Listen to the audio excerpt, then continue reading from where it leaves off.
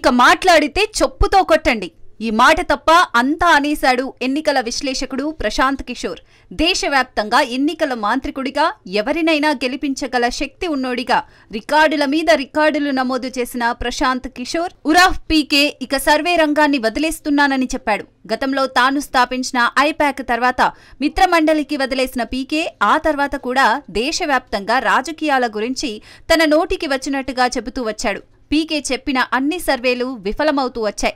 ఇక పూర్తి స్థాయిలో రాజకీయాలపై ఫోకస్ అని చెప్పిన పీకే బీహార్లో మార్పు తీసుకొస్తానని చెప్తూ 5 ఏళ్లుగా జన్ సురాజ్ పార్టీలో దూకుడుగా ప్రదర్శించాడు.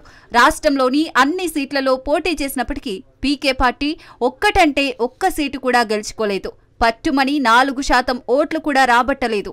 అంతేకాదు, ఎన్నికల ముందు వరకు అక్కడ నిలబడతా ఇక్కడ నిలబడతా అంటూ గప్పాలు కొట్టి చివరకు ఎన్నికల బరిలోనూ నిలబడకుండా యుద్ధానికి ముందు అస్త్రసన్యాసం చేశాడు. ఇకపై తాను ఎన్నికల సర్వేలు చేయనని, ఎవరికి కూడా అడ్వైజ్లు ఇవ్వబోనని తాజాగా కుండబద్దలు కొట్టాడు. ఎన్నికల వ్యూహకర్త అవతారానికి రామ్ పలుకుతున్నానన్నాడు. వచ్చే ఏడాది తమిళనాడు ఎన్నికలకు ముందు నటుడు బరిలో దిగుతున్న విజయ్కు తాను ఎలాంటి సలహా ఇవ్వబోనని తేల్చి చెప్పాడు. బీహార్ అసెంబ్లీ ఎన్నికల్లో జన్ సురాజ్ పార్టీ ఓటమి భారీ షాక్ కలిగించిందని, ఓటమితో తాను నిద్రలేని రాత్రులు గడిపానన్నాడు. ఫలితాలు ప్రకటించినప్పటి నుండి తాను సరిగ్గా నిద్రపోలేదన్నాడు. అయితే సర్వేలు, స్ట్రాటజీలను ఆపేసి తాను బీహార్ రాజకీయాల్లో మాత్రం కొనసాగుతున్నానన్నాడు. ఇక నా వల్ల కాదనే వరకు ఓటమి దరిదాపుల్లోకి రాదన్న సామెతను పీకే గుర్తు చేశాడు.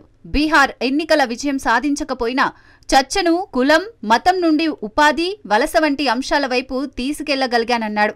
గతంలో బీజేపీకి 2 ఎంపీలు మాత్రమే ఉన్నారని, నాడు ఆ పార్టీ అధైర్యపడి ఉంటే దేశాన్ని ఇప్పుడిలా పాలించలేకపోయేదన్నాడు.